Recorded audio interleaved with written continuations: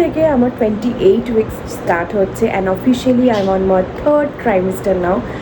I really can't believe, মানে আমি সবার থেকে শুনেছি যে এই টাইমটা মানে একদম কাটতেই চায় না, বাট আই ডোন্ট নো, মানে আমার এরম তুড়ির মধ্যে কেটে গেল। আই জাস্ট ফিল যে এই তো জাস্ট মানে জানতে পারলাম and I am on my third trimester, like only 3 months to go, my god. তো যাই হোক, আজ হচ্ছে পঞ্চমী। এই পঞ্চমী চতুর্থী নিয়ে একটা খুবই ক্লামজি ব্যাপার হয়েছিল, বুঝতে পারছিলাম না, কারণ মহালয়ার থেকে যদি দিন কাউন্ট করি তো আইডিয়ালি আজকে সপ্তমী হওয়ার কথা, ষষ্ঠী হওয়ার কথা, বাট যাই হোক আজ পঞ্চমী। তো অবভিয়াসলি আমাদের এবছর পুজোতে সেরকম প্যান্ডেল হপিংয়ের প্ল্যান নেই।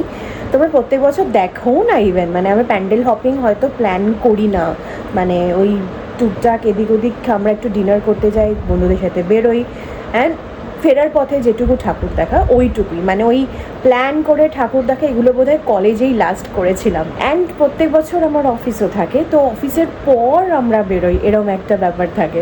তো এই বছর আমি ছুটি পেয়েছি অষ্টমী অ্যান্ড দশমী। তো অষ্টমীর দিন আমরা হয়তো ফ্রেন্ডসরা একটু বেরোবো, তাও সকাল থেকে নয়, সকালবেলাটা বাড়িতেই কাটাবো, খাওয়া দাওয়া করবো, বিকেলবেলা ওই 4টে-5টা নাগাদ রেডি হয়ে বেরোবো, যেটা আমাদের প্রত্যেক বছরেরই প্ল্যান থাকে। তো ওখানে একটু প্ল্যানিং রয়েছে। আর আজ হচ্ছে স্যাটারডে, কাল সানডে, তো এই দুটো দিন হয়তো ফ্যামিলির সাথেই কাটাবো। তো অবভিয়াসলি এখন 1টা বাজে, তো বাড়িতে আমরা ভালো মন্দ খাবার দাবার অর্ডার করেছি, সেগুলো খাবো। সন্ধেবেলা আমরা একটুখানি বেরোতে পারি, আমাদের ফ্রেন্ডসরাও এসেছে ব্যাঙ্গালোর থেকে, তো ওদের সাথেও মিট করার রয়েছে, তো জানি না কবে করব।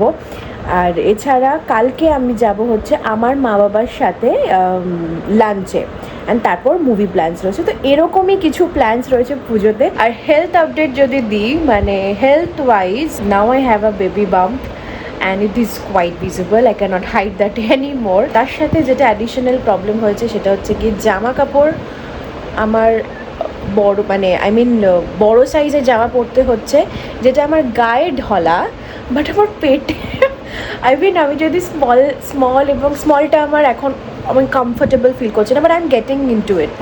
তো স্মল আর এম সাইজ যদি আমি পরি তো আমি ফিট হচ্ছি, বাট আমার পেটে খুব আনকমফোর্টেবল লাগছে, so I have to opt for L size. এলটা আবার আমাকে দেখতে পুরো ক্যাবলার মতো লাগছে, ঢিল ঢিল করছে ওপরটা আর পেটটা টাইট, তো ওটা একটা খুব সমস্যায় পড়ে গেছি। তো এবার পুজোতে সমস্ত ড্রেস আমি এল সাইজের কিনেছি। এছাড়া যে নজিয়ার ব্যাপারটা, আমি শুনেছিলাম যে লোকের 3 মান্থসে নজিয়া, মর্নিং সিকনেস এগুলো একেবারে চলে যায়। আমি তোমাদের এর আগেও আপডেট দিয়েছিলাম যে 5th মান্থ অবধিও আমি বমি করেছি, 6th and 7th মান্থ বমি আমি করিনি, বাট এভরি সিঙ্গেল ডে আমি ধরে রাখো 12টা-1টা এই টাইম ফ্রেমটা অবধি প্রতিদিন আই ফিল যে আমি এক্ষুনি বই করে দেবো। আই ডোন্ট নো, মানে ইভেন আমি বলছি, আমাকে যে ডক্সিনেট ওষুধটা দিয়েছিল সেটা আমাকে ইনিশিয়ালি বলেছিল একটা করে খেতে যদি প্রবলেম হয়। যখন আমার প্রচণ্ড প্রবলেম হচ্ছিল, শি সেড যে ম্যাক্সিমাম আমরা 3টে ডোজ অবধি অ্যালাউ করতে পারি। তো রাতে 2টো অ্যান্ড মর্নিংয়ে উঠেই একটা খেতে বলেছিল। তো ওটা খেয়ে আমার বমি ভাব লাগতো, স্টিল বমিটা হতো না, এটা একটা ভালো দিক, বাট বমি ফিলিংটা itself is bad, right? And স্কিনেও তোমরা দেখতে পাচ্ছ ইনিশিয়ালি ভিডিওগুলো তোমরা যদি দেখো একদম 1st, 2nd, 3rd মান্থসের, I had some breakouts, but এখন একদমই নেই, মানে এখন skin related I have no complain, বেশ ঠিকঠাক আছে টাচউড স্কিনটা অ্যান্ড হেয়ারটাও। ইনফ্যাক্ট আমাদের অফিসে একটা দিন এথনিক ডে রাখা হয় পুজোর আগে, তো এটা হলো সেটারই ছবি। আর বাকিগুলো আমার ফ্যামিলির সাথে বেরিয়েছিলাম, একদিন আমার মা বাবার সাথে লাঞ্চে, আর একদিন বন্ধুদের সাথে, আর একদিন অরিজিতের মা বাবার সাথে ডিনারে। এইভাবে আপাতত পুজোটাকে কাটিয়েছিলাম, কারণ এখন তো আর প্যান্ডেল হপিং পসিবল নয়। দশমীর দিন তো আমার ছুটি ছিল বললামই, তো একদম লাস্ট মোমেন্টেই সব কিছু আয়োজন করে আমার 7 মান্থের স্বাদ ওই দিনকে হয়েছিল। খুব ক্লোজ, একদম পাড়ার কিছু প্রতিবেশী এবং তার সাথে আমার ক্লোজ ফ্রেন্ডসরাই একমাত্র এসেছিল। আর এটা হলো আমার আরেকটা টেস্টের দিন। আমরা সব পেটেলস ক্লিনিক থেকেই টেস্টগুলো করিয়েছিলাম। So I am 33 weeks pregnant now.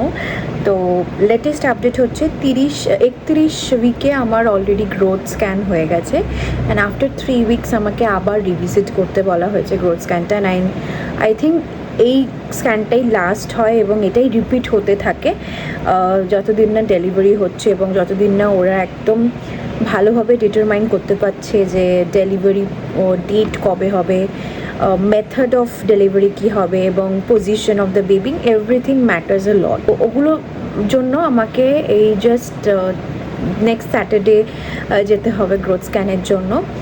Health wise still now I am 8 months pregnant, and সত্যি কথা বলতে মানে সবাই এক্সপেক্টও করেনি যে আমি এখনও চড়ে ফেরে নিচে, অ্যান্ড যা যা আমি করছিলাম আমার লাইফে সেগুলো সবই করতে পারবো এবং ভালোভাবেই করতে পারবো। But yes, by God's grace, touch wood, এখনও অবধি তো সব কিছু আমি করতে পারছি, আমার খুব একটা প্রবলেম হচ্ছে না। হ্যাঁ, ওই সেম প্রবলেমটা এখনও পারসিস্ট করছে যে একটা গা গোলানি বমি ব্যাপার সকালের দিকটা, বাট তারপর ঠিক হয়ে যাচ্ছে। এখন একটা নতুন জিনিস হয়েছে, একটা খুব অস্বস্তি মাঝে মাঝে হচ্ছে, মানে এখন যেমন হচ্ছে না, বাট এক এক সময় এমন অস্বস্তি হচ্ছে আমি না বুঝতে পারছি না শুতে পারছি, কেমন একটা অদ্ভুত ব্যাপার। এই অস্বস্তিটা আমি কাউকে এক্সপ্লেন করতে পারবো না, যেটা কেন হচ্ছে, কোথায় হচ্ছে, কোন বডি পার্টে হচ্ছে, I have no idea, no clue. তো ওটা আবার চলে যায় নিজে থেকেই। অ্যান্ড সেকেন্ডলি হচ্ছে গিয়ে ঘুমানোটা একটু প্রবলেমেটিক। ফার্স্ট অফ অল পেটটা যেহেতু বেড়ে গেছে, তো ঘুমানোটা একটু প্রবলেমেটিক, মানে বাদিক ডান দিক একটা দিকে বেশিক্ষণ ফিরে ঘুমোতে পারছি না। সোজা তো ঘুমানো বারণ, বাট সোজা ঘুমানোতে সব থেকে বেশি আরাম, বাট সেটা করতে পারছি না। তো এই মান্থের স্টার্টিংয়েই আমি ফাইনালি ওই প্রেগনেন্সি পিলোটা কিনেছি, মানে তার আগে অবধি আমি কিনিনি। তো ওদিক মানে এমনি চলে যাচ্ছিলো, বাট দেন আই থট যে নো, আমার ঘুমটা খুব জরুরি, বিকজ আমি পরের দিন সকালে উঠে নালে কাজ করতে পারবো না, আর আমার যেহেতু এখনও ওয়ার্কিং। অনেকের শুনেছি যে পা ফুলে যায়, কোমরে প্রচণ্ড ব্যথা থাকে, হাঁটতে চলতে অনেক কিছুতে প্রবলেম হয়। বাট হ্যাঁ, কোমরে ব্যথা আমার তখনই হয় যখন আমি অনেকটা বেশি কাজ করে ফেলেছি বা হেঁটে চলে ফেলেছি, বেশিক্ষণ দাঁড়িয়ে আছে, যেটা একদমই করা উচিত নয়। বাট কোনো কোনো সময় হয়ে যায় না, তো সেই সময়গুলো একটু মনে হয় কোমরটা হেভি লাগছে। বাট আদার দ্যান দ্যাট আমার কিন্তু কোমরে ব্যথা সবসময় নেই, যে সবসময় একটা ব্যথা, সবসময় এখানে ব্যথা ওখানে ব্যথা, সেগুলো নেই। আর তার জন্য থ্যাঙ্কস টু অরিজিৎ, বিকজ আমার প্রেগনেন্সির ফার্স্ট জবে থেকে জানতে পেরেছি, তবে থেকে শুরু করে মানে আমরা এভরি অল্টারনেট ডে এক হচ্ছে গিয়ে আমি নিজে ময়েশ্চারাইজার রাতে মাখি এবং সকালে অয়েল মাখি এভরি সিঙ্গেল ডে। আর এছাড়া অরিজিৎ আমাকে এভরি অল্টারনেটিভ ডে পিঠ, কোমর, পা মাসাজ দেয়, তার জন্যই হয়তো এখনও অবধি চলে ফিরে উঠতে পারছি। তো আর সেকেন্ডলি আমি অ্যাক্টিভও রয়েছি যেহেতু, না মানে এটা একটা খুব ভালো জিনিস। আমি যদি একদম বসে যেতাম, বাড়িতেই থাকতাম, মানে 1-2 দিন এরকম হয় যখন মানে অফিস থাকে না, ওয়ার্ক ফ্রম হোম থাকে, সেই দিনগুলো আমার খুব প্রবলেম হয়, বিকজ তার ম্যাক্সিমাম ডে আমি বসেই ছিলাম আর কি। তো তখন কেমন একটা অদ্ভুত ফিলিং হয়, তখন মনে হয় আমাকে প্লিজ একটু বাইরে নিয়ে যাও। থ্যাঙ্কফুলি মানে আমি বাইরে বেরোতে পারছি, নাহলে আমি খুব ফ্রাস্ট্রেটেড হয়ে যেতাম। আমি অনেক কিছু প্ল্যান করেছিলাম যে এই টাইমগুলোতে এগুলো করবো, এই ফটোস তুলবো, এই তুলবো, কিচ্ছু করতে পারিনি। আজ হচ্ছে আমার 34 উইকস, অ্যান্ড আজকে আমার সেকেন্ড টাইম গ্রোথ স্ক্যান ছিল।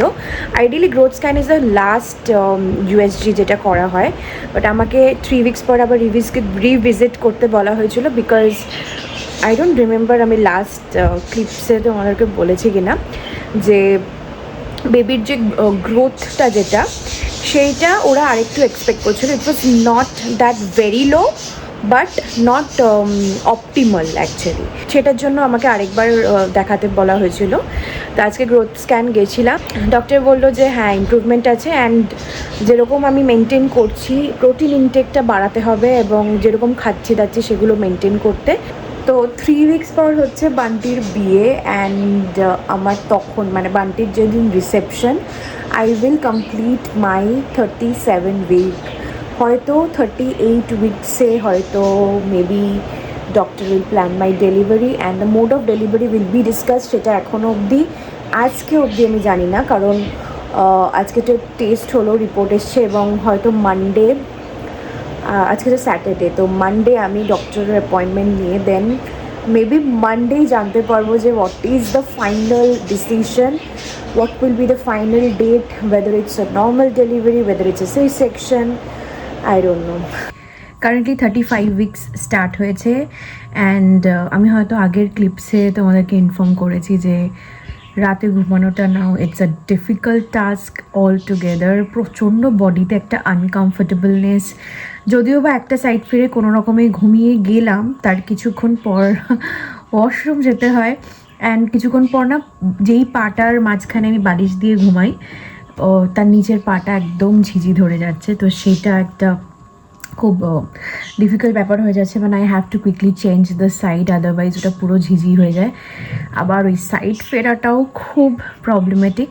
পরে আমি দেখলাম ওটাকে রাউন্ড লিগামেন্ট পেন বলে, লাইক একটা পেটের মানে ঘুরতে এদিক ওদিক করতে একটা রাউন্ড লিগামেন্টে পেন হয়, বাট ওই পেনটা যে খুব বেশি তা নয়, বাট আছে আনকমফোর্টেবলনেসটা বেশি বদার করছে আমাকে। খাওয়া দাওয়াটা একটু বাড়িয়েছি কষ্ট করে, তো সেটাও আমাকে অ্যাজ এ টাস্ক জোর করে করতে হচ্ছে।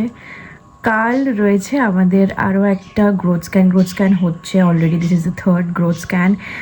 আমি জানি না আমি আগে ক্লিপে বলেছি কি না যে বেবির গ্রোথটা সাব অপটিমাল আসছিল, তার জন্য ওরা গ্রোথ স্ক্যানটা বারবার করছেন। I have been asked two it lots of protein and খাওয়ার পরিমাণটা বাড়াতে বলা হয়েছে।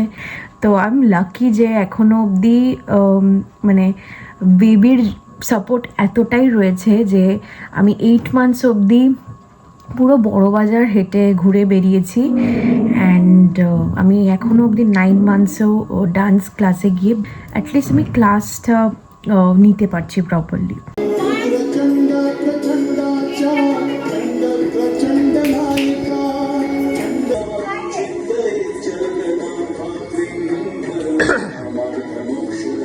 আমি কিন্তু 36 উইকস অবধি পুরো অফিস করেছিলাম, মানে অফিস গিয়ে অফিস করেছি, আর 2-3 দিন আমি বাড়ি থেকে ওয়ার্ক ফ্রম হোম করি।